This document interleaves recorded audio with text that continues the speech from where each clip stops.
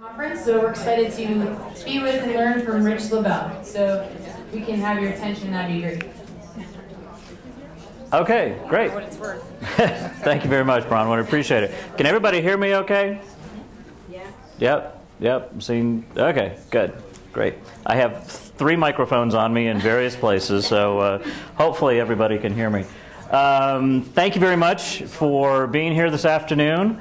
And I realize I'm the last thing standing between you and adjournment and maybe flight home or at least dinner. So I really appreciate everybody being here. And hopefully what I'll be able to share with you will help you on your journey through social networking.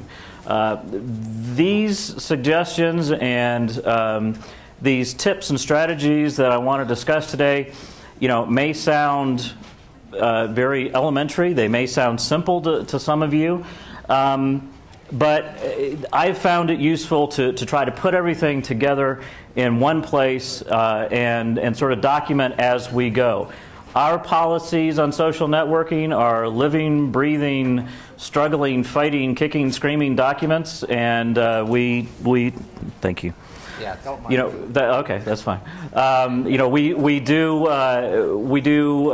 amend them as we need to and as appropriate, and that's something that I wanted to get across too, because it's been our experience in doing this that you don't have to have a huge, well thought out, detailed, down to the last sentence, down to the last period and comma plan to be able to effectively engage in social networking and effectively reach the families who we're serving. So that's one of the things that I wanted to talk about today. But also, we passed out some information on the tables about FND, about our Visions program, and we've also passed out a few of these, which are our digital libraries. These are handy-dandy, easy to carry, and they're absolutely free. We've got thousands of pieces of information on here in English, Spanish, and in Haitian Creole. So if any of these are useful to you, please feel free, do with it what you want. And if you would like any more copies of these, please just give us a call. We'll be happy to give you as many as you'd like. So, that having been said, Family Network on Disabilities, we're celebrating our 25th anniversary this year. Our organization started, like a lot of yours did, in somebody's living room a quarter century ago with a group of concerned parents coming together. And that's still who we are. We're very fortunate to have 2 PTIs in Florida and the National Native American PTI. And being a parent-led and parent-driven organization has informed everything that we've done in terms of social networking. Because that's, our charge and our goal is really to reach families where they are in the way that's most effective for them, not in the way that's easiest for us. So that's what we've tried to do. So having said that, look at all this stuff. I mean, just look at all this. It's ridiculous. How can anybody keep track of this stuff? I don't know. I mean, how can anybody be active in all of this stuff? Well, you can't really if you also want to have any kind of a life at all. If you want to wall yourself up in your den or your house and not do anything else, yeah, you can participate. But that's not the goal of this. The goal of this is, again, social networking, to try to bring folks together, try to share information, try to share experience and so forth. As an organization, we don't participate in probably 8/10 of those things that are up there. We've picked and chose what we participate in terms of what makes the most sense for the families who we serve and what makes the most sense for our organization.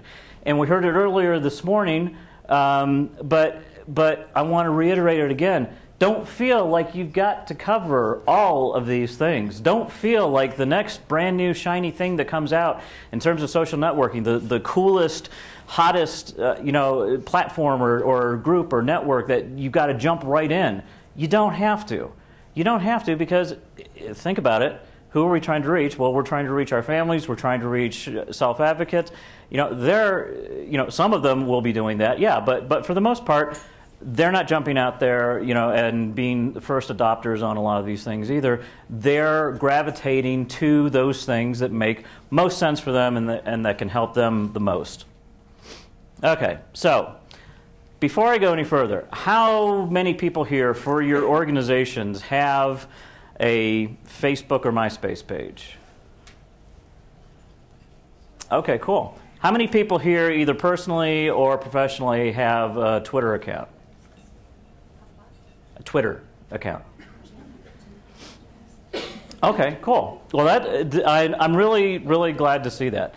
The first time I gave a presentation something like this about 3 years ago, I asked the question of how many people had a MySpace account, and the only person who raised her hand was a 22-year-old administrative assistant to one of the programs that was in the room, and it was a group pretty much of folks like this. The growth of this. Pardon me? Not saying we're old. No, not at all. Not at all. No, the only age that I mentioned in there was how old the administrative assistant was. So my 80-year-old father has a Facebook page now. One of our board members who just retired from the board at the age of 87 has a Facebook page. The growth of social networking has been absolutely phenomenal, and it's integrating itself into our society in many, many ways. I have to share this story with you. I was telling Steve Lukes earlier. Steve and I spoke at the Region 6 conference in San Francisco a month or so ago. And on my way back to the airport from the conference, I left my cell phone in the cab. And I realized that I'd left it there right after I got through airport security. And I thought, okay, I've got to get a hold of my wife. She's always very nervous when I fly. And, what can I do? Well, I will call collect, okay? I will call collect. Since I don't have a telephone credit card anymore, I don't even know how to really make a call and charge it to my home phone anymore. So I'll call collect. And first of all, I had to find a payphone, which was a significant challenge. And then when I picked up the handset to make a collect call, I realized it had been about 15 years probably since I had really made a collect call. Tried to make a collect call. Realized that with the, 20, 30 phone lines that my wife and my 4 kids have, between us all, none of them apparently are set up to actually accept collect calls. So I'm sitting there going, this is ridiculous. It's like, what happened? Where's that box that you checked to, so you can get collect calls? I mean, what's the deal?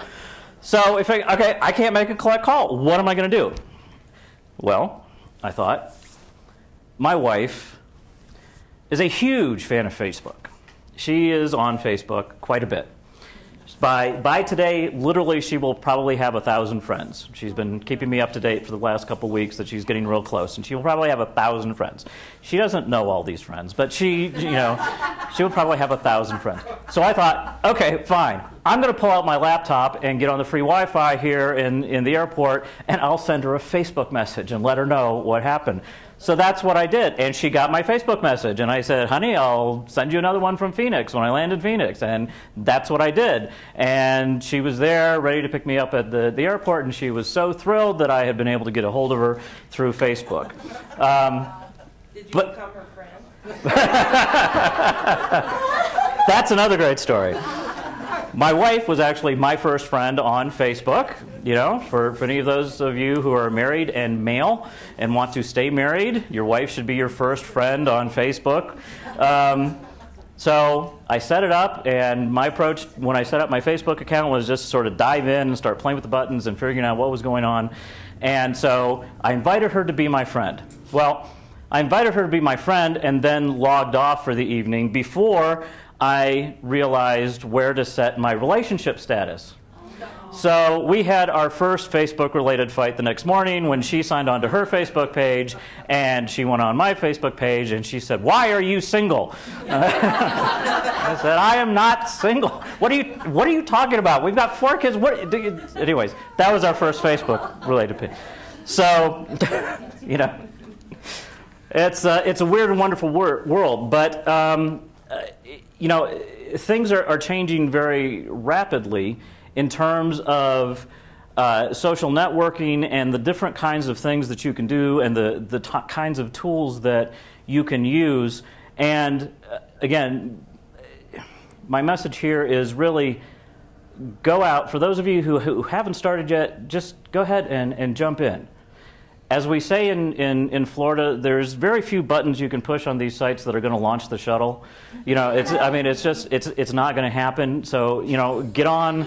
And, you know, one of my kids' favorite words is, "Here, Dad, just play around with this and get to," you know, well, you know, I hate it when they say that to me, but that's the best way to do, to get familiar with this stuff, is to go on and just get familiar with something, play around on it. You make a mistake, so what? You make a mistake, you delete it, you know, it doesn't really matter that much. But get comfortable with it, because, again, that's where our families are. You know, that's where young families are, especially. And, you know, that's, you know, people who are having babies now, they've got Facebook accounts, they've got MySpace pages, they've got, you know, Twitter accounts, they've got all sorts of stuff. And that's a very effective way of reaching folks. And the other beautiful thing that I love about social networking, really, is, you know, all of those things there, you know, they're designed intentionally so that the greatest number of people possible with the most limited computer skills out there can use them and can take advantage of them. You know, you don't have to be a computer programmer. You don't have to know how to write code to be able to get on and start building something and, you know, uploading pictures and all that sort of stuff. You can do that very, very quickly. They make it very easy. Most of them are free, which is also very nice. But again, it's that kind of connectivity that's really, really important. And again, free being you don't have to pay somebody thousands of dollars to design, for instance, a web page, or build in features that allow you to easily update a web page or something like that. It is a much more dynamic environment. Okay, so anyways, everybody's out there. Everybody's out there. The Secretary of Education is out there. Our OSEP program officers are out there. They're on Facebook. They're on other social networking sites. They will come. They will make friends with you, which I'll talk about later. But you know, everybody is out there, and it's a real good way to connect with folks and keep people informed of what you're doing. And that's really what we're talking about here. But it's not just informational. Again, it's networking. It's creating a dialogue. It's creating a buzz about your organization, about your events, about reaching out to people and effectively serving them in a variety of ways. It's about putting up pictures of your events. It's about, you know, sharing videos of what's going on. It's about being able to link to all these different things much more effectively so that people can go to one place and they can say, oh, well, great, you know, yeah, I want to see the people who I'm working with. I want to see, yeah, this is a really cool video that they put up, or this is a really cool video that, you know, one of the teenagers in the transition program put together about their life. Yeah, I want to look at that. You know, I want to look at this other stuff, and I'm going to comment back and forth and have this exchange. And again, that is a much more effective way of reaching folks who we serve. The other thing that I want to mention is, I mean, again, this is common sense, but this helps overcome all of those barriers that we deal with. In Florida, we have a lot of the challenges that you here in the western states have in terms of distance traveled, lots of rural areas, difficulty in people being able to obtain transportation, afford transportation, to get from one place to another, to drive for hours and hours to hear one of our presentations, or to get our information. Well, again, they don't have to. The other thing is that it really helps overcome the digital divide, because while a lot of the families who we serve may not have internet access at home or easily accessible to them, the latest statistics I saw is somewhere close to 90% of U.S. Teenagers and adults had one of these in their pockets or purse or briefcases, and the vast majority of these have access to the internet, which means that the folks can reach your stuff through their mobile devices. And we heard this morning again about texting and reaching folks through text and so forth. But they can reach it through this, which again is a great barrier leveler. Okay, so let's just talk about some guidelines. First of all, one of the things that we did at FND was we sat down and we said, okay, we want to just decide what kind of, and I usually put my hands in my pockets here when I'm talking, but I've got like them all filled up here, so I'll just sort of try to adopt the casual pose here. One of the things that we did was we tried to say, okay, what kind of a feel are our sites going to have? And we decided pretty close to the beginning that we wanted our various programs to have their own social networking presence, because our programs reach different folks or in different regions or different demographics sometimes. So it was not a one-size-fits-all cookie-cutter type of approach. So the feel and the look of some of our pages differs from the other. We set broad guidelines about it, but we also recognize, okay, this is not a static medium. It's not a billboard. It's an interactive type of thing. So we want it to be more informal than our web page, but still have a professional feel to it. Now I know that that's not real precise, but the best that I can say is that you need to get to that point that works for you and for your organization in terms of coming up with your feel. Our Visions program, for instance, it has a very different look than our Tiles program, our transition pages, and that sort of stuff. So it just makes sense lots of times to have that different type of approach. Again, I want to emphasize that social networking is not a chore. Bless you. And I've heard this from a lot of directors, a lot of my peers. It's like, oh my God, not another thing that we've got to do. You've got to be kidding. Here we go. We got to find staff time. We got to come up with all this stuff. Who's going to pay for it? Who's going to do this? And then we got to keep doing it. We got to keep it. Well, you guys know how to do this. It's not another chore. It's just another tool in your toolbox for reaching out to families. That's all it is. And you can reach out to them through social networking the same way that you're reaching out to them right now, on your website, on your listservs, in person, handing them a flyer, handing them a piece of paper, letting them know about a conference, picking up a phone, sending them an email. It's all the same stuff. It's all the same stuff. And really, if you look at it it's another chore and we've got to, carve out and identify, staff time to be able to do that, I would suggest to you that from our experience, that's not the best way to go about it. If you integrate it into whatever you're doing, you're going to be more successful, I think.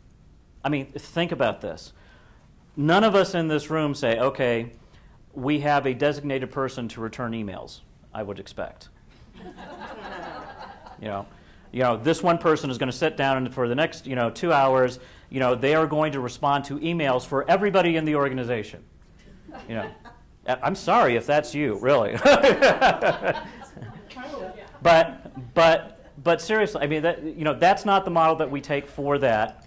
And that's not the model that we take for a lot of other stuff. And again, folding this concept into what you're doing and simply making it a part of your standard outreach to families, and making it a part of all of your decisions about, okay, fine, we just found out about this, or we're having this event, so we're sending this event out, we're putting it in the newsletter, we're putting it on the website, we're sending it out on the listserv, we're going to put it on our social networking sites. It's all part of the same thing. You all wrap it up in a nice little bow and you can get it done. If you make it something separate and you think of it as a chore, then that's what it's going to stay, and it's going to be difficult, and that's going to, I think, lengthen the time that it's going to take for you to be most effective in reaching your families through things like this. Okay. The last two bullet points here I want to emphasize, because it's important to keep your sites updated. Again, like I said, it's not a billboard. We all know that. Think about, those of us who are using social networking, yeah, we want to hear what's going on with our friends. We want to hear what's going on with organizations.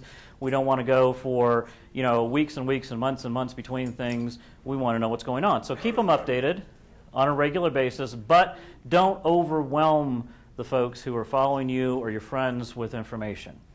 And I think we've probably all seen examples of that, where somebody will go on and, they're sending out 30, 40 posts a day. And, all you see is their photograph. Every time you sign on, it's like, okay, they're them. Yeah. You start to tune folks out that way. You don't want to be one of those organizations that gets tuned out.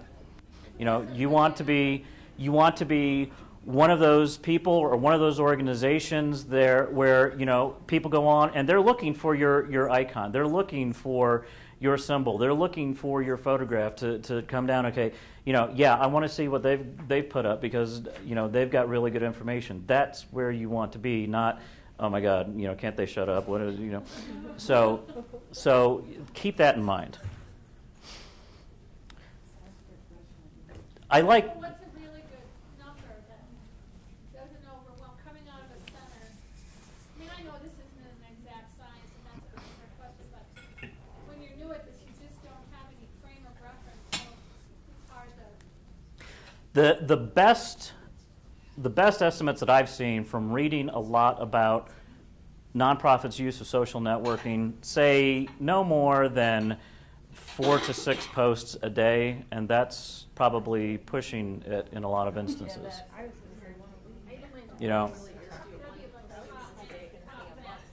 Right. Yeah. And it's again, there are lots of things like through Twitter, and we'll talk about Twitter in a little bit. But there are tools with Twitter where you can send out updates, and you can schedule updates to be sent out at various times of the day. So you don't even have to be signed on. You don't have to be actively doing it. You can schedule them so that they're staggered. And there's other tools like that out there. But really, again, that's, I would say if you're doing more than that, you're running the risk of tuning people out. Yes, ma'am. One of the things that we talked about at the NTC conference in one of the many social networking sessions that they had was you kind of approach social networking like you would a conversation or a day with a person. You're not going to throw, here's this brand new information about this, donate money to us, and then find out about this today too. Kind of think about it how you would maybe have even a phone conversation with somebody in a day. You're not going to, first off, you're not going to say, welcome to following us, will you donate some money to us? Yeah. Kind of think practically how you would talk to that person if they were actually sitting there with you, or if they were on the other end of the phone. You're not going to throw, 6 different, very, very different broad topics at them necessarily in a day.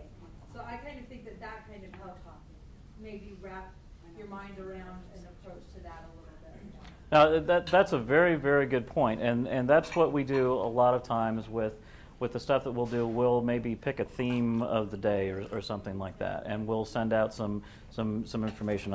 I'll get to you in just a second, so that the post for that particular day will be related to one another, and you know, they may be even part of the same message.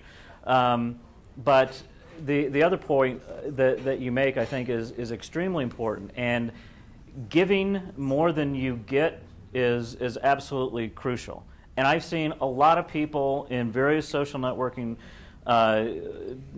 networks who will come along and, you know, immediately right off the bat they're saying, hey, you know, go rate my book, just, you know, go read my article, you know, can you circulate this, can you push it higher, can you do this, can you do that, you know, and it's, you know, all about their stuff. It's like, no.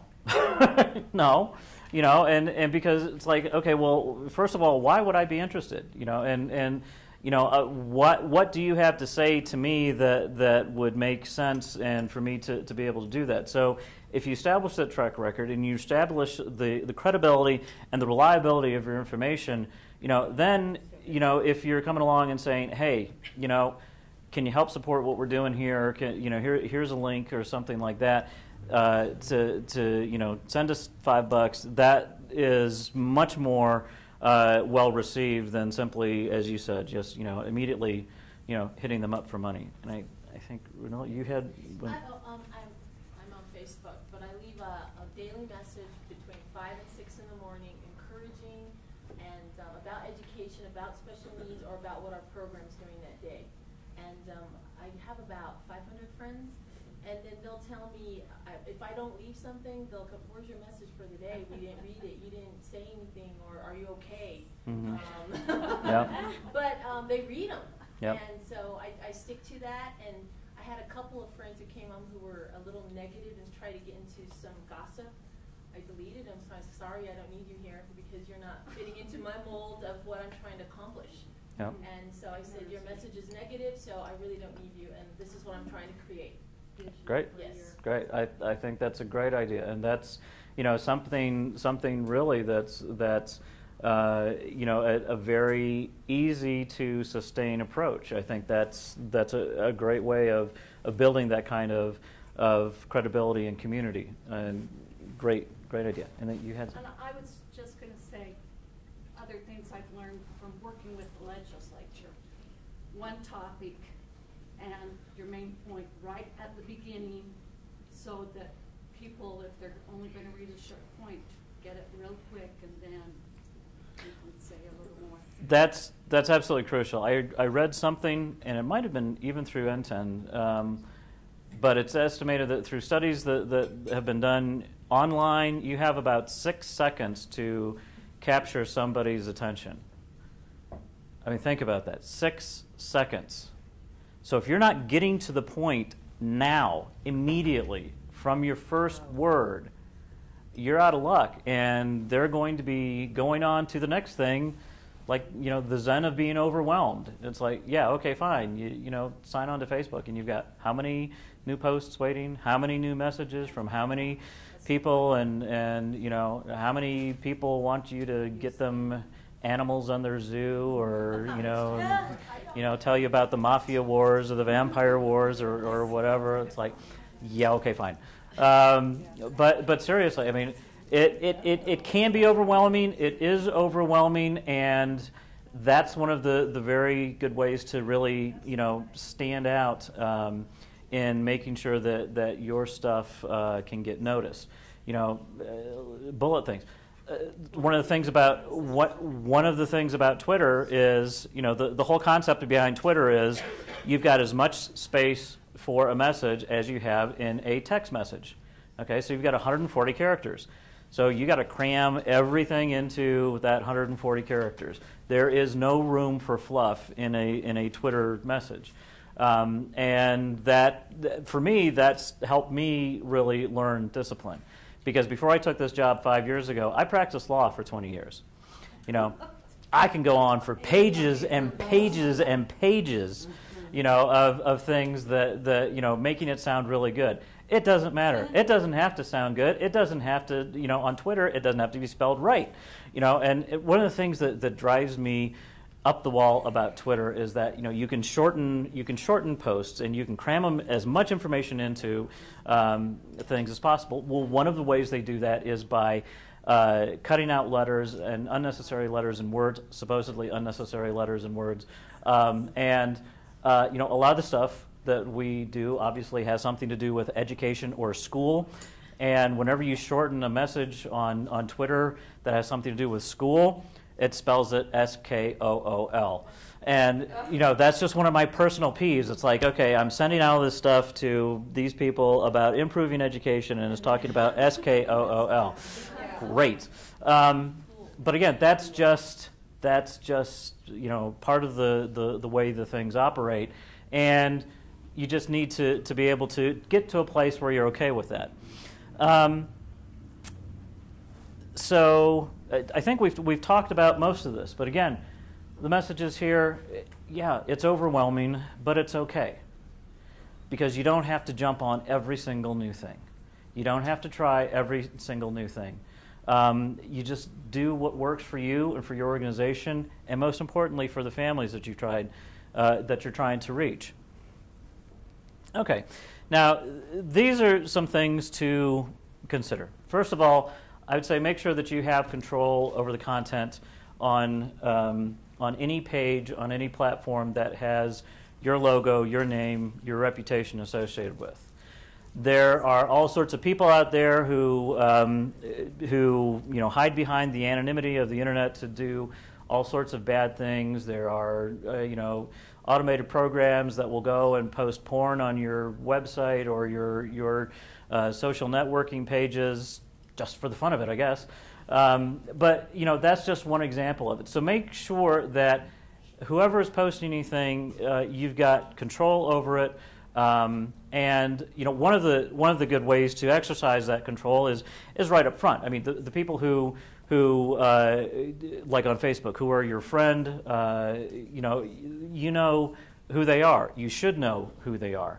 There's a lot of scamming going on involving that and fake people, but you should have a pretty good idea from being able to evaluate those folks of who they are.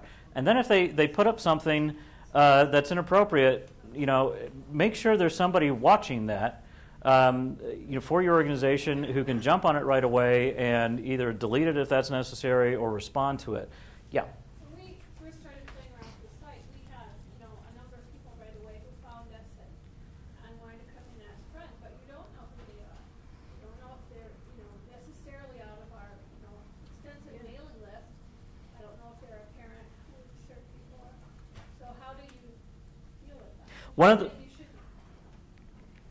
One of the ways to deal with it that we find effective is to look at who else they're friends with.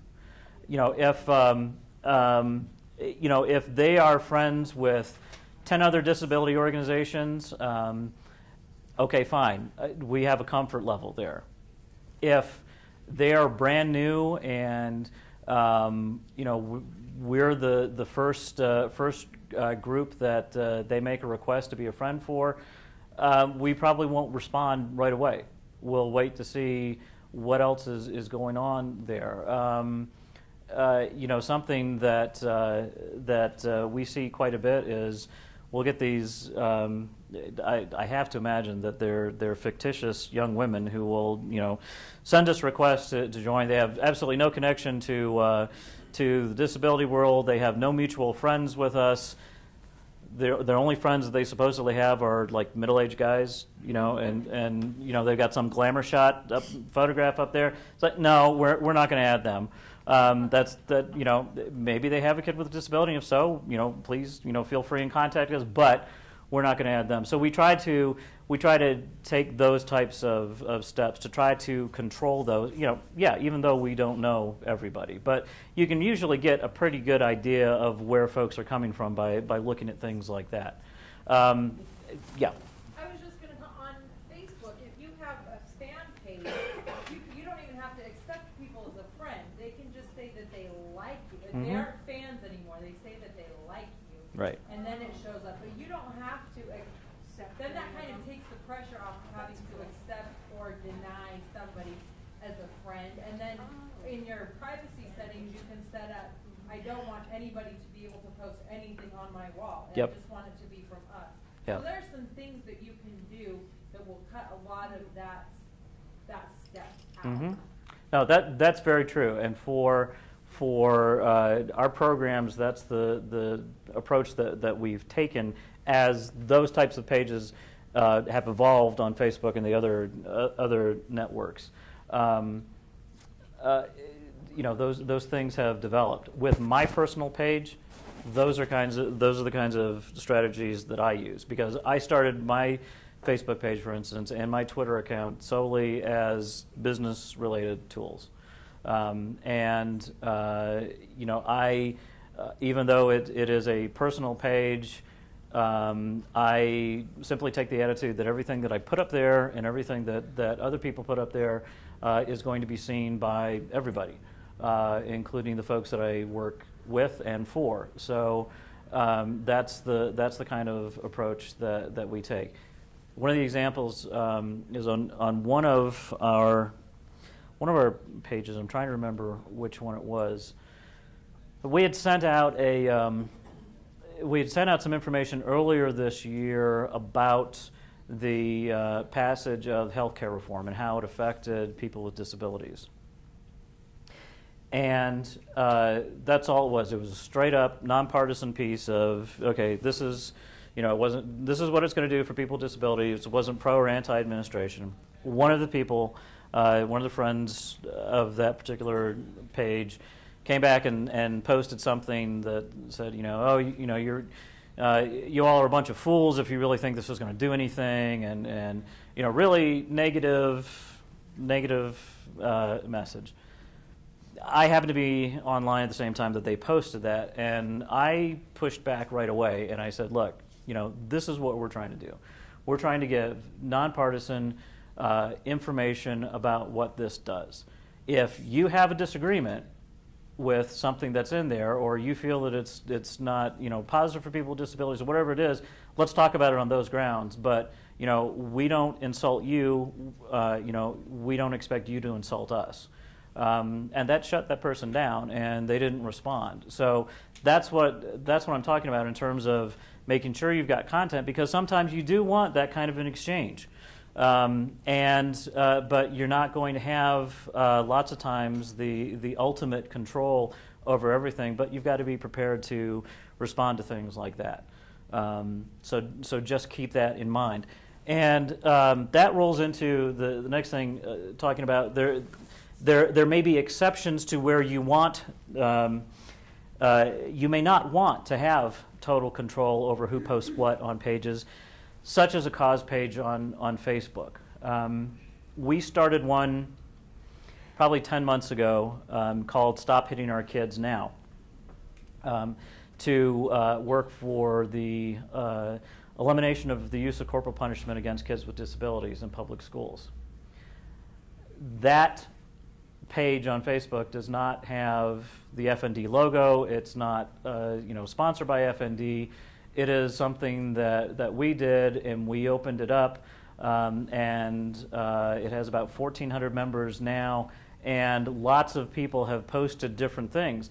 They've posted videos about corporal punishment and seclusion and restraint that we wouldn't have posted as an organization, but it wasn't our call. And so again, that's a different kind of a feel, and it's a different level of control, and you may want to do those types of things for advocacy purposes, but realize going in that you're going to have to give up some of the absolute control that you may have in some of the other areas.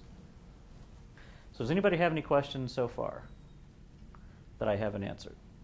You said you didn't support that cause site, but was it coming from the center? Yes, but it wasn't an official FND site. It's just out there saying, stop hitting our kids now.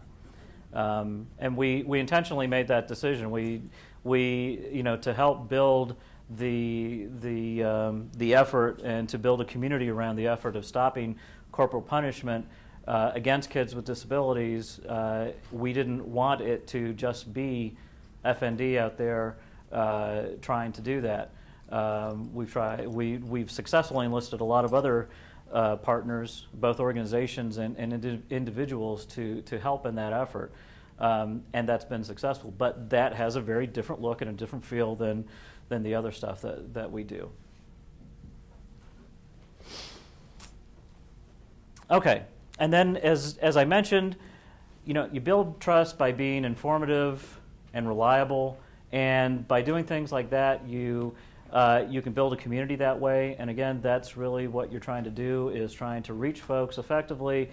You want to be the organization, you want to be the page, you want to be the photograph, the icon, whatever it is that the people will look for and click on and go to get information and to really feel like you're the ones who are there helping support them and give them information.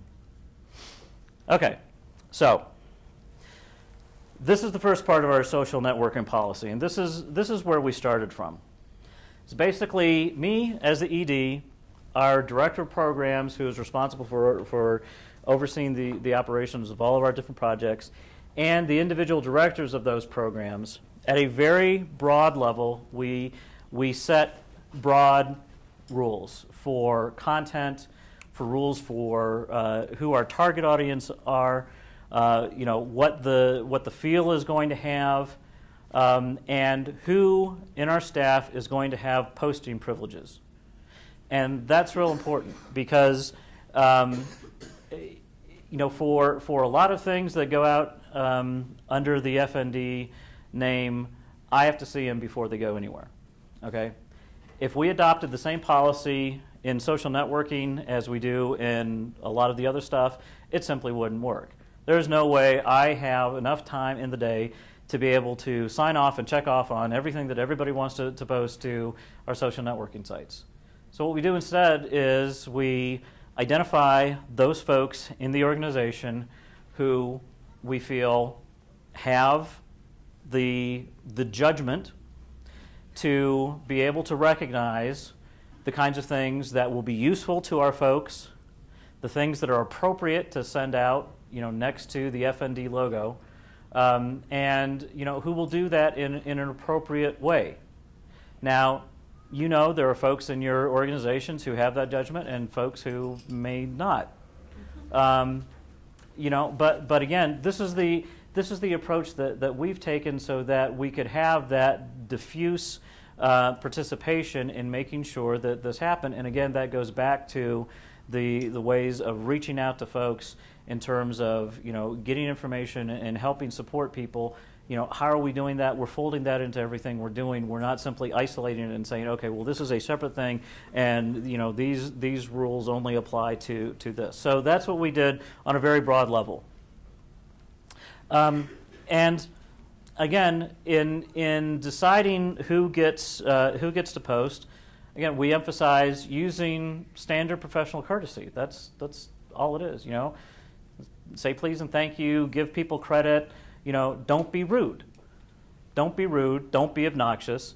And that's very important because no one at FND can post a rude or insulting comment or post on anything, anywhere, while they're on FND time, period. We would not tolerate one of our employees picking up the phone and insulting a parent on the other end of the line just because they could do it. So why would we tolerate that simply because it's online or it's in a social networking forum? We wouldn't. End of discussion. You do that, you're in real serious trouble real quick. And frankly, we have not had any problems with that, and we've been very, very fortunate. Okay, this next thing goes goes beyond the generational divides that we may have in our workplaces, and for those of you who may have started your professional lives as I did before cell phones existed, you may have different concepts of privacy than the younger people who are working for you, particularly your kids in a lot of cases. And that's something that's really important to take into account. We all hear these stories of people losing jobs because of the photos they've got on their Facebook page and all that sort of stuff. Well, the same stuff applies for us. If you want to use the FND logo or identify yourself as an FND employee on your personal social networking pages, make sure they're clean. Make sure you don't have pictures of yourself doing keg stands or throwing up all over, the bushes at some party or something like that, or have really, really inappropriate non-family type content on your social networking pages. You want to have that stuff up? Fine. Just don't use our logo or don't identify yourself as working for FND. That's the trade-off. And we have had several instances of that where, somebody will come along and say, oh, yeah, I work at FND, it's a great organization, yeah, and then there's this picture of them, and it's like, oh, my God. Does your mother know this is up there? So we've had several of those discussions. There's, well, it's my personal page, it shouldn't matter. It's like, yeah, but, right next to that picture of you in that revealing outfit is the FND logo. No, we're not going to do that. I'm not trying to tell you what to put up on your site. I'm just saying, as the executive director of FND, this is the choice that you have to make. You want to put that stuff up on your site? Fine. Don't put our logo up. The other thing that we have is the requirement that everybody in the organization needs to be cross-linked to make sure that we're picking up stuff that is being sent out by other programs and our other sites. We're not saying that everybody has to use the stuff, but you have to at least be aware of that. We've had a lot of discussions about Twitter and the use of Twitter, and I want everybody in the organization to be following me on Twitter. Again, if you never send out a tweet, that's fine. I don't care, but I send out a lot of stuff, and I want you to be aware of stuff that I'm sending out, so that if you find it useful to the folks who you're trying to serve, that's great. But there's no way that I can turn around and send out everything that I'm doing on Twitter in another post or another email to folks, for instance, on our listserv or our internal group listservs. Okay. Also, make sure that you promote our stuff. And again, if you've got several different pages, or you may have several different pages or sites for your programs, that's what I keep telling everybody. It's like, hey, make sure that everybody knows about what we're doing. That's one of the main reasons we're doing this. Get the information out there, and don't think that just because you put it up there once, everybody's going to see it. You don't have to do it again. Keep coming back to that. Keep sending out reminders. Keep doing things that are effective for people to actually be there. Don't send out the same thing. You do up a flyer. Don't send that out 10 times before an event. Talk about it in different ways. Feature different things about it. You mentioned, approaching it like a conversation. Yeah, if you're having a big conference, well, focus on one track one day, another track another day, and that sort of stuff. Try to come up with those types of things. Personal stuff, we have had some issues about personal stuff, and that can be difficult. How long do I have here, by the way? Okay, great. Thank you. Okay, thank you. I was about to speed up really fast. I thought I had to 4 o'clock. Especially for the folks who started doing this when we first got onto it, and we would have a particular staff person do this, we'd have all sorts of disability sites, and then we'd have their favorite bars and restaurants. It's like, okay. Or, more importantly, we'd have their favorite political sites. A staff member's politics is not our politics. FND has no politics. All of our issues are nonpartisan. They're not just bipartisan, they are nonpartisan. We're very clear about that. So, for instance, it may be entirely appropriate to link to the official Facebook page of the governor, just like we link to the official Facebook page of the White House and the Secretary of Education. Re-elect Governor so-and-so, that's not appropriate. That is simply not appropriate. And that can carry through to a whole number of types of things. Same thing with political commentators. religious organizations, all that sort of stuff. It's fine for personal pages. I don't care what your politics are. I care about how you serve our families. But don't put those types of things up on the FND sites. Religious organizations, there's an exception to that because we have a large faith-based component in all of our programs, and we reach out to houses of worship and communities of faith across the spectrum. Those organizations with whom we're working, great. For instance, but we draw a distinction, and that distinction is up there. If, for instance, you want to post information or a link to something about a homeless shelter that may be run by a church or a mosque or a temple, fine, great, not a problem. If you post to something that has a list of their weekly services, that's a problem. We're not doing that. We will happily share information about organizations and services with which we cooperate, but we're not there to promote religious organizations. And then news sites, same thing here. And again, I apologize if this is really basic for folks, but these are things that we've developed over time as we've been doing this, and we've come up across things. So news sites, we've had instances where staff members have linked to the Drudge Report and the Huffington Post. Okay. But again, those aren't straight news sources. They make no pretense of being straight news sources, and we have to emphasize that. And what we do is we say, look, you want to post a news piece? Fine, make it a straight up news piece, nonpartisan news piece.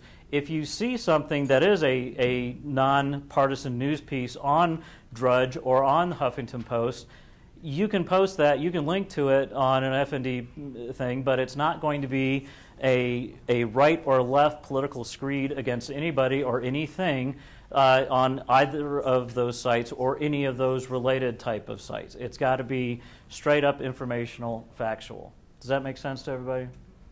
Yeah. I think one of the problems, though, even posting any sort of news article is so very often nowadays, there's not much that is really straight news.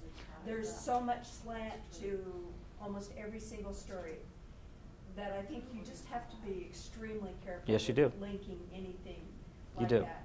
It's Yep. Just, No. The headline, the way it's written, the headline is written can twist the slant of the story. Absolutely. Absolutely. You do have to be very careful. Yes, you do. Okay. Again, favorite restaurants, bands, wine bars, whatever. Perez Hilton, great. Keep them on your own pages. We don't want them on FND's pages unless we work with them. Give you an example.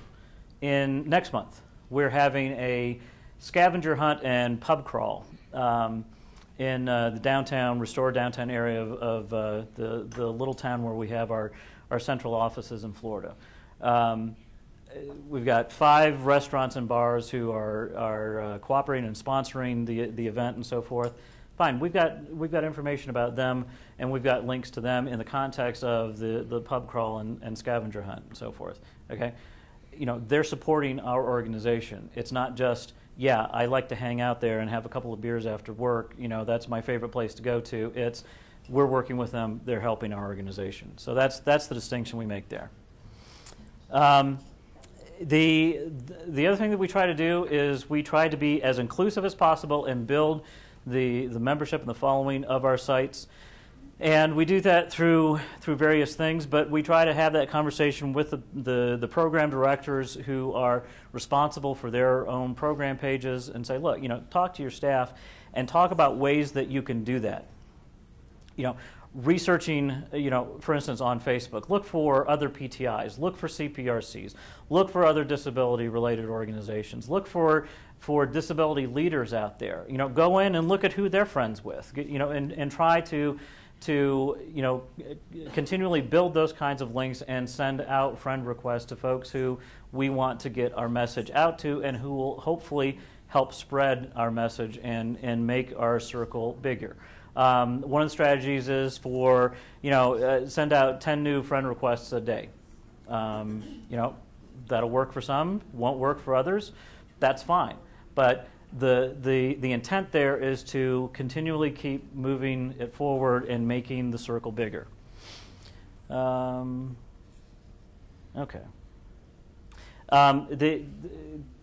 The point there really that I want to stress is not just we want everybody to get the stuff from FND because we think we're so great. No, that's not it.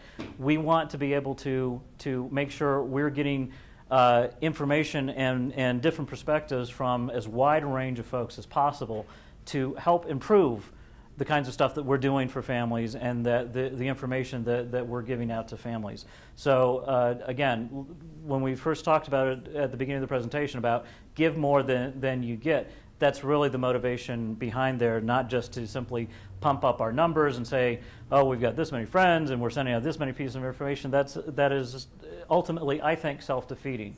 And it will be seen through rather quickly in social networking. Okay.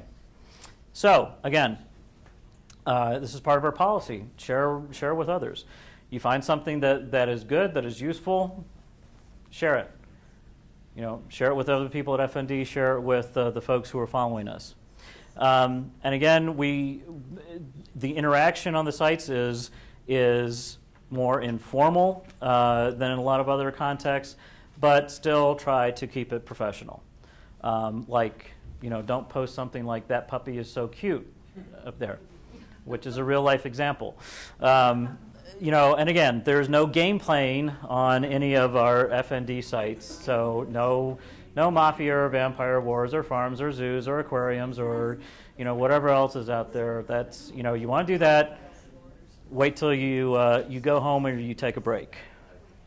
Okay, so this slide I call to share or overshare.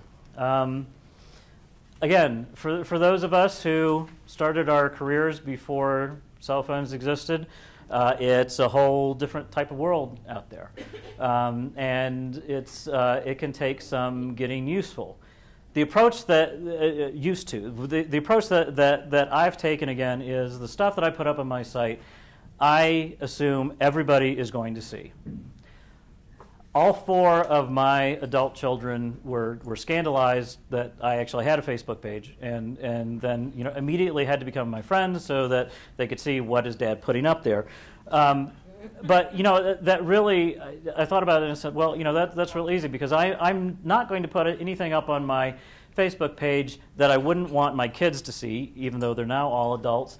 And that pretty much makes it real easy to draw the line for everybody else with whom I'm friends online. You know, family, friends, professional, you know, funders, whoever it may be. The stuff that they're going to see is stuff that I feel is okay for my kids to see.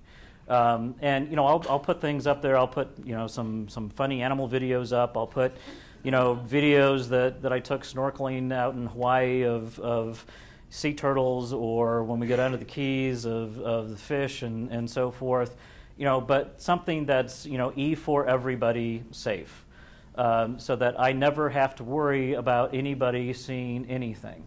And as I said, I always have it in my mind that whatever I'm putting up there on my personal Facebook page or sending out on my Twitter account is a reflection on FND.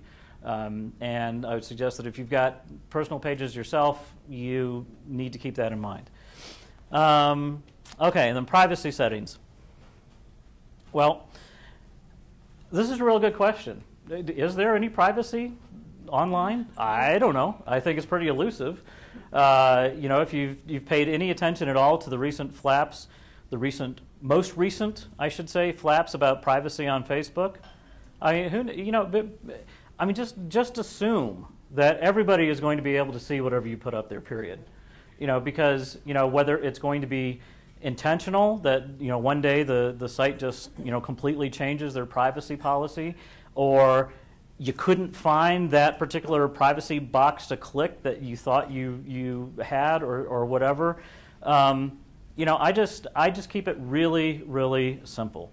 You know, if you want to have an online presence that that you want to post things on that aren't appropriate for, may not be appropriate for everybody to see, or that you want to share with just a few friends.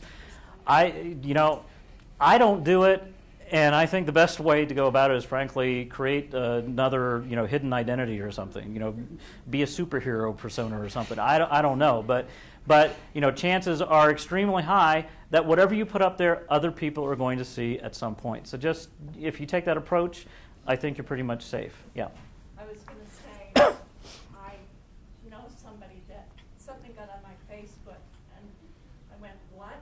Sent him back a message and said, this is not appropriate, type thing. And they said, well, how did you even know it was me? And then also, I have this special setting, so this should have gone to you. And I thought, wait a minute, it shouldn't be on there in the first place if you have to have special settings that it's not going to certain people that you know. Why take that chance? Yeah, I mean, I try not to judge others, and if you want to put that stuff up there, great, but just assume everybody's going to see it at some point. Yeah. Two things. First, when I first tried Facebook, I ran away scared because I didn't know about the privacy settings or anything, and I just set up a page, and some of the people here were the people it was sent to, but it took my personal email, sent it to invited my legislative representative, the director of the Office of Education, I mean, all these people that I really don't normally talk to on a daily basis. So I quit for a long time until I got talked back into it. But anyway, that, and then the other thing is, there isn't really any privacy, because when you go on to somebody's page, if I went onto your page right now, we're not friends, and it says you're not going to share your information with me, but I can click right on your wall. I can read everything you've posted within the last few days, and I can have access to your friends. Mm-hmm. So it's really not. Yeah. Yeah. Yeah. Yeah. So you don't really, and don't put vacation stuff on there either. Right. Yeah. When you're out of town. After you're back, you can't put vacations for fun? You don't want to put, hi, I'm going to Rome for a week or something. So I'm gonna, anyway. Yeah, no, those are really, really good points. I mean, and I'll give you a pretty innocuous example. A parent center staff member from the eastern part of the U.S. I was talking to her about social networking and telling her how great it was and how easy it was, and she finally, got on Facebook and she sent me this message and says, "Thanks, Rich. It really is easy." And then, like 2 hours later, I got an invitation to a Tupperware party that she was holding, and this was, hundreds of miles away. And it's like, okay, that's, thanks very much. I'm not going to be able to attend. And by the way, you might want to do a couple of things here so that you don't send out those types of things to everybody on your list. But again, just send your catalog. yeah. Well, I wasn't complaining about it. It was just, I wasn't going to drive for 8 hours to get there. So anyways, just, again, just keep that in mind. And, and I say that especially for folks who, like me, are a little bit older. And because, you talk to our kids, it's really scary about their concepts of privacy or their concept of no privacy. Yeah, I try not to look at a lot of stuff on my kids' pages. Okay. Here's some observations. We've already gone over a lot of these, but again, the strategy doesn't have to be complex. And again, I've heard a lot of wailing and gnashing of teeth amongst my peers on this. It's just, lay down a few of those ground rules and just start doing it. When I first started getting involved in this, I set a goal for myself of identifying 4 or 5 major social networking sites, and then each week for like a month, I would go on and just start playing around. And I'd set up a very basic account. I didn't invite anybody to be friends or to follow me or anything, but I'd start and I'd just go on and figure out how that particular site worked and got a basic level of comfort. And some of them I pursued, and some of them I didn't. But that's the best way to do it. And like I said, it's really, really simple to do. Now, I would say that, at the executive director level, for my peers in the room, or those of you who are in senior posts in your organization, regardless of your age, you should be familiar with this. You should have at least a basic grasp of how to get on a site and do what you need to do to be able to reach families. It's my personal philosophy that I've always tried to have at least a basic mastery of whatever technology or equipment that I need to use to do my job, and this is part of it. This is part of it. You don't want to be stuck somewhere where you're trying to get something out and you have to you have to phone up your kid in high school to be able to them tell you over the phone okay, go here,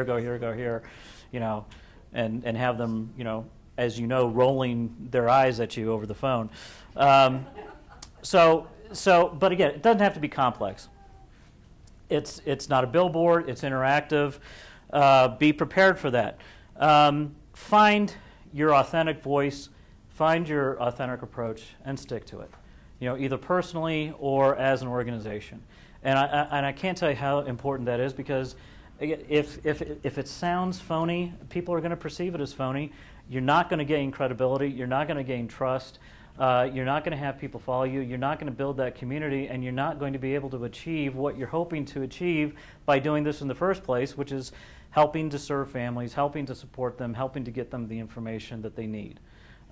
People will see right through it. I mean, this is a very, very personal, upfront, in-your-face type of communication. And if you try to approach it in a standoff or neutral way, it's not going to work. Let people know how you feel. There are millions and millions of things in our area of work to get passionate about, and let people feel that passion. Some of the most successful stuff that I have put out there were a series of blog posts about corporal punishment and restraint and seclusion. I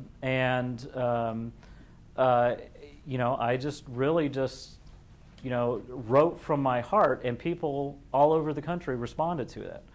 And I'm not saying that to again say what a great guy I am. I'm just saying that got attention and that reached people, and it got recirculated and republished and reposted again and again and again. And that started just from me sitting down in front of my computer, at home on the weekend, and just putting down on the screen how I felt about something. So find that voice and be able to share that with people. And then again, like I said before, give more than you get. If you're just out there promoting yourself or your own organization, it's not going to work. You've got to be able to help people get the information and the stuff that they need, and they will in turn support you. They really will. But you've got to establish that type of relationship first. I mean, how many people here, became instant friends with door-to-door salesmen, for instance? I mean, oh yeah, hey, great, yes, I love those encyclopedias. Come on in, we're going to have dinner. I want you to stay. No, that didn't happen. It's that type of a relationship. And Seamus, are you just? Oh, okay, okay. And again, don't get hung up on formalities. Coming from one who used to be hung up on formalities, like school. You just got to get used to it. Incorporating your blogs and the blogs of others into your sites, that's a real effective way to, again, build community and help get perspective from different points of view, and again, make your pages something that people are going to look for and want to see what you've got and to participate in. And again, keep in mind that you can really have an impact well beyond your own region or well beyond your own state. There are no boundaries with social networking. This stuff can literally go all over the world. And I say that from personal experience because it has. I mean, I have people following me on Twitter from all over the world. I don't know how some of these people find me. It's really bizarre. But you know, the ADA in particular is a model for the world, and IDEA is also a model for the world. And in very, very few countries do people with disabilities have those kinds of guarantees, even if they're just, you know, empty words on a piece of paper. You know, nobody works as hard as we do in the U.S. to really breathe life into these guarantees that we have, and you can help influence things and help support people and organizations around the world and have an influence by participating and having reliable, credible stuff. Okay, so before we go into specific things, does anybody have any further questions so far? Yeah, Roger. Did you get your cell phone back? No, I didn't get my cell phone back. But fortunately, I had another one waiting for me at the office because that was already beat up and the trackball wasn't working and it couldn't be fixed. So, you know, I just went home. Yeah, it was time. That's right. It left when it was time. Yeah. I don't know if this is part of what's coming up, but I'd be interested in learning more about what you do to text parents. I'm sorry? What are you doing to text parents? We are looking at ways to efficiently do that. We have captured some of that information from folks, but we don't have a meaningful strategy on doing that so far. But that's sort of like, you know, in the next phase of things that we're looking at to help bump up our presence and to reach people more effectively. Yep. Yeah. I just had a thought that I thought might be helpful. When you initially set up your Facebook page, you could send from your listserv out, you know, we are setting up a Facebook page. In the message section, send us back this keyword, then we'll know you're our friend already, and then you can set up a base of friends that you already know that are already part of your network, and then from there you can build on it. Yeah. Rather than just random people coming at you and you're not sure whether they were really part of your listserv already or not. Yep. Yep. That's a good idea. Yeah. The questions you had about texting, that just raised something in my head. I wouldn't want you to text me because I only have so many texts I'm allowed to do on my plan, and or you know, I just wouldn't want to have that coming in and making my bill higher. I mean, that's certainly one of the considerations, and that's one of the things that we've been looking at. I mean, my assistant, we have an ongoing joke between the two of us, because I always tell her, you know, when I send her a text, I have to think really, really carefully about what my text is going to be, because she'll only respond one time, because yeah, she has to pay for all of them. And so it's like, if I just send her something that says, hey, how you doing? That's all I'm going to get back. And my next text will usually be, hey, can you do this, that, or the other? And I'm not going to hear back from her. So, yeah. You know, in our state, our rural schools are using texting more and more with families. Now, they started out, that was only something you did in an emergency when there was going to be a blizzard or the school was closed. But now they send out reminders for, you know, literacy nights or athletic kinds of things, and they're finding that families are much more reachable that way because everybody has a cell phone. Well, when I started hearing that, it made me rethink, what can we do as a center? We got early notice that, for example, the technology camp for kids with special needs was again going to be funded this year as an important piece that's really important to a lot of families. We could send out an email blast on that, but we could also send out a text if we had the information. Yep. Yeah. I mean, it is something that. We can't be doing it 5 times a day, but Right. for strategic things. Right.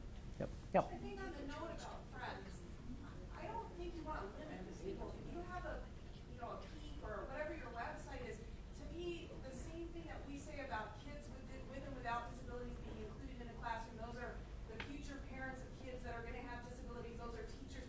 I think you want all the friends in the world on your business. I mean, on my personal Facebook, I have to know who they are before I friend them, because I don't know everybody out there. I don't want 1,000 friends and I don't know who they are.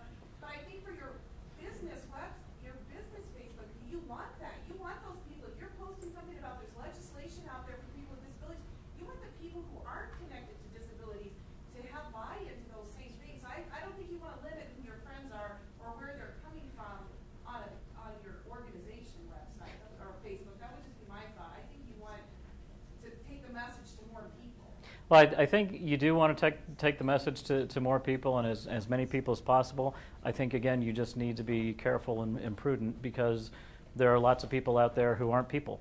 And, you need to be aware of that so that you don't have those kinds of issues. I mean, I'm familiar with, a few years ago, another disability organization where they set up a website and they set up a chat function that was unprotected, and they got lots of porn posted to it, and nobody was watching it. And viruses and all that sort of stuff. So you just do need to be prudent about it. But yeah, you want to try to make the circle as big as possible. Okay, so things that have worked for us so far. Facebook, we've talked a lot about that. MySpace, we're still on MySpace. We started out on MySpace, and we actually started out on MySpace when you had to have a student ID to be on Facebook. So we've been doing MySpace for a while, and it still has millions and millions and millions of users, even though Facebook has been getting most of the press lately. Twitter has been very very effective for us. We've talked a lot about this. My attitude about Twitter was completely turned around last year when I attended a presentation when someone talked about Steve Lukes and what he was doing and the kinds of information that he was sharing. Up till that point, I thought Twitter was a complete waste of time. I thought it was just this time suck that I didn't want to have anything to do with, because I couldn't imagine that anyone would care at all about whether I was having a cup of coffee or what I was doing or anything like that. And I really don't care about that with anybody else, even those people I'm married to and that I'm the father of. So, it's like, okay, fine, great, don't take up my time with it.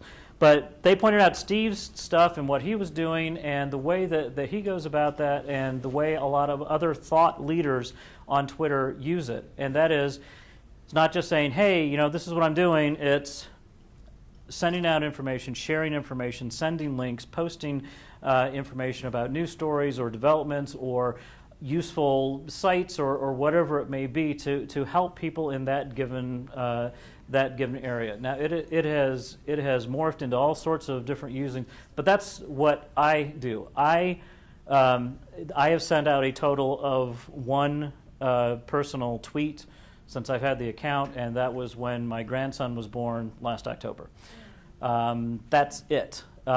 Everything else, if you follow me on Twitter, you will get links to hopefully substantive information, or at least information that I see and that I think would be helpful to the folks who we work with and who we serve. Now, the other thing about Twitter is that, again, you've got information coming at you from all over the world. I thought I was plugged in before I joined Twitter into listservs and streams of information and sources of information, all that sort of stuff. There's nothing like that. I mean, it's like going from watering the plants to a fire hose of information. It is unbelievable. But again, it's okay to be overwhelmed, but you can really tap into a whole broad array of information that you will likely not have exposure to in the course of a day. That's as simple as it is, whether it's from government, whether it's from private foundations, whether it's from other nonprofits, whether it's from individuals who are out there, self-advocates who are being active. You'll get it from all sorts of things, and you'll be able to share and pass that information on, and again, help build a community. So that's it. I would really commend you to look at that. Go look at Dr. Nietzsche. Go look at Steve's stuff and what he's doing. It's high quality. It is not a waste of time, and you will get something useful out of it every time you look at it. So, yeah. Once you got hit by the fire hose, and how did you work responding to that flow of information into your schedule? I tried to limit it in several ways. Now, lots of folks have access, for instance, to Twitter and Facebook on their phones and so forth. I have access to Facebook on my phone.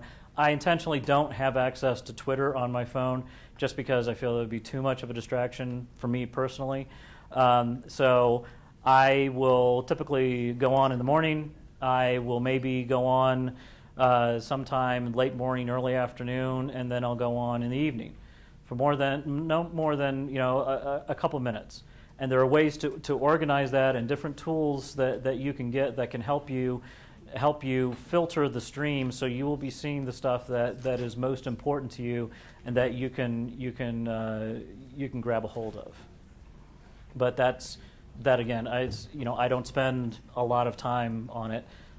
And again, going back to the thing of you want to only be sending out so much information in the course of a day, so that the people who are following you don't start ignoring you. That's the kind of I get that information, but I'm very selective in what I pass on.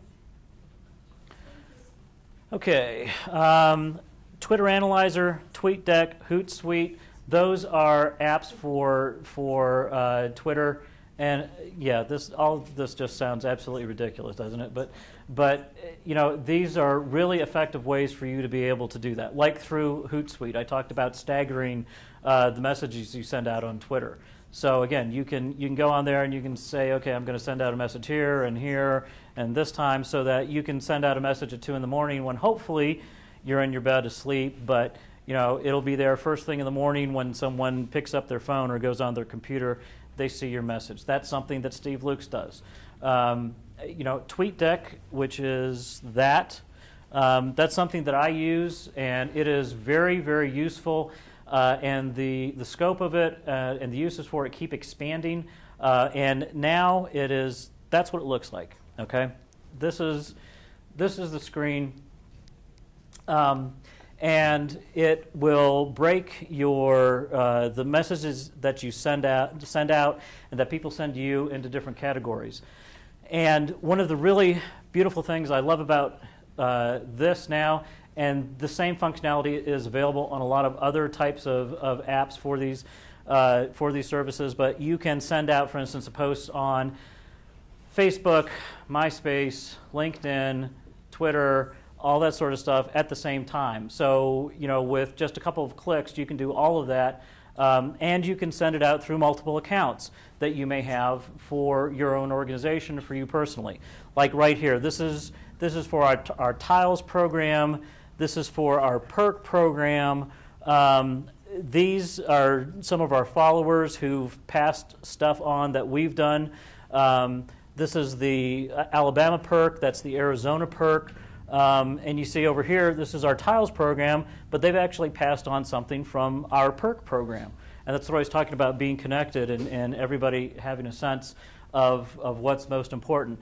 And then up here, you can see all the different accounts and so forth that you can send forth, and the different types of networks that you can send it onto. So the functionality is becoming better and better, so that it is becoming less and less of a time drain.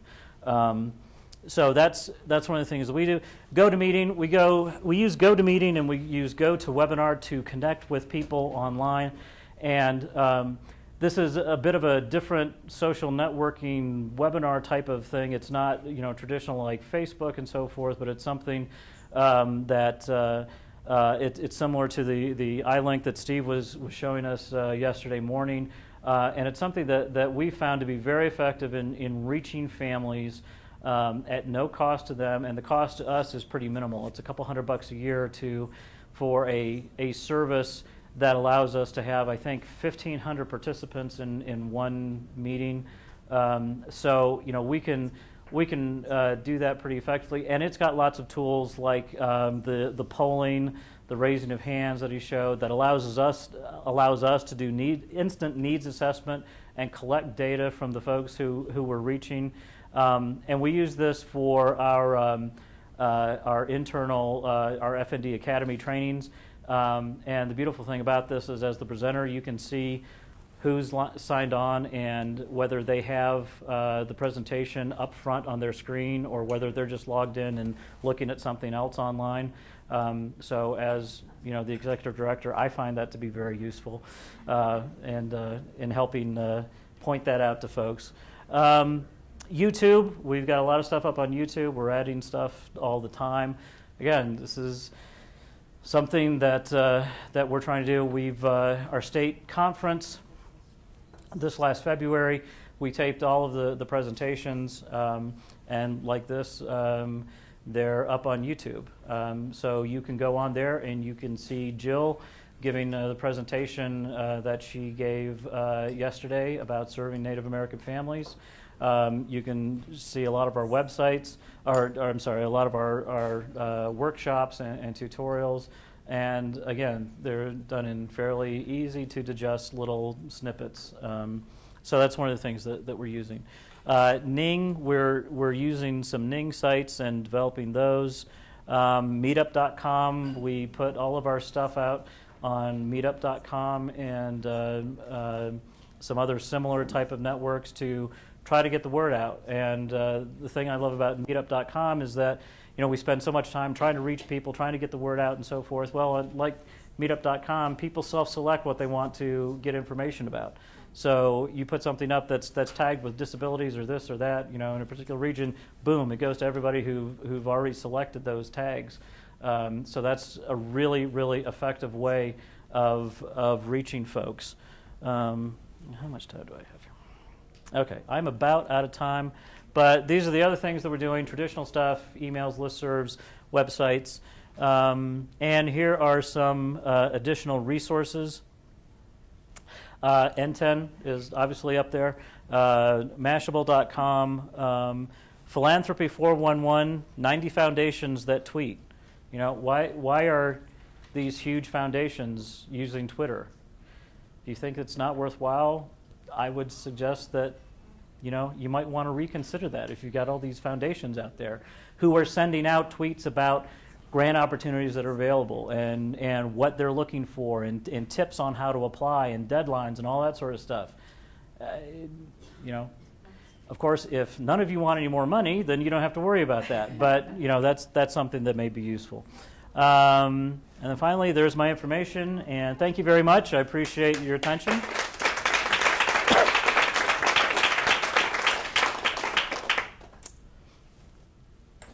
Do we have time for questions, Brahman? Yeah, I think so. Okay. We're still waiting for that. Okay. We want to let people, obviously, be on their way home too, but a couple questions, and then we'll do the drawing. Yay. Cool. Does anybody else have any questions? No? Okay. Well, thank you very much. I don't have any time for questions.